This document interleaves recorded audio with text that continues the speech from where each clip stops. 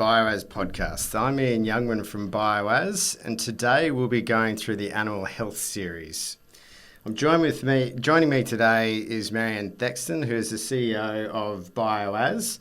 Maryann has a great experience in this particular topic, being an entrepreneur, a horse trainer, but most importantly, the CEO of this very innovative symbiotic ingredient. So, Maryann. Thanks, Ian. We've got a few questions that we wanted to cover off today. The first one that we wanted to start with was really about your animal microbiome. We think often about our own microbiome, but not necessarily that of our animals or our pets. So I just wanted to get your perspective on how important it is for us to actually support the microbiome of your animals. Oh, well, Ian, it's critically important. Obviously, the same reasons why we want to keep our own gut balanced and our microbiome in a healthy balance. It's probably even more important for our animals.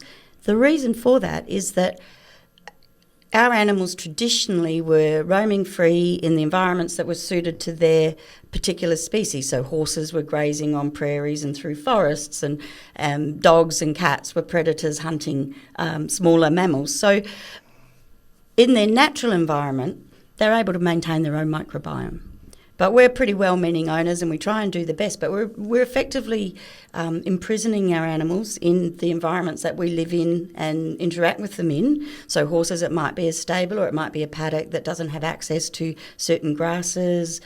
Cats and dogs, we've got them in houses and backyards where their ability to look after their own nutritional needs is quite limited. So we need to do that for them. Yeah, so given the environment that we are putting them in at this point in time, what are some of the current ways that we do have to support the microbiome?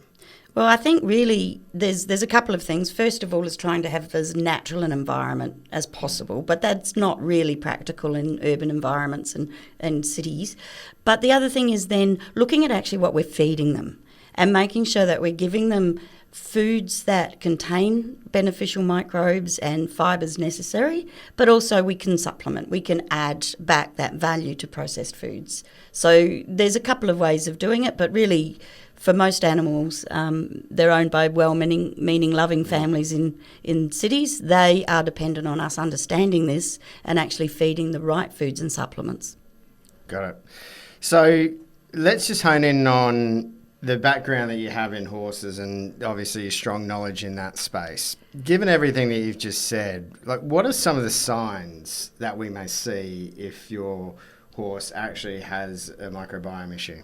Yeah, well, that's a really great question, and I'm going to be as brief as possible. We could talk for hours on it. Horses actually do tell us very loudly and clearly when they're in dysbiosis or imbalance of their microbiome.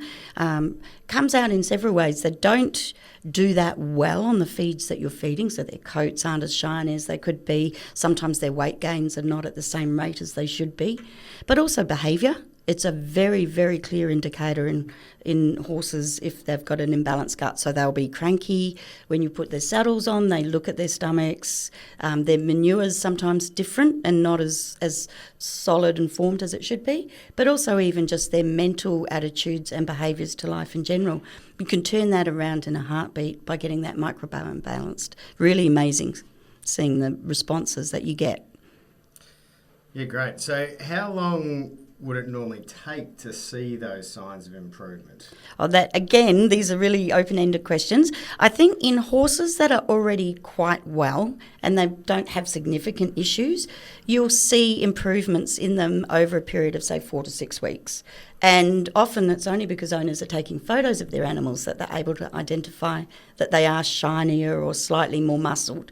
But in horses that are actually in trouble with an out-of-balance microbiome, you'll see significant improvements in days.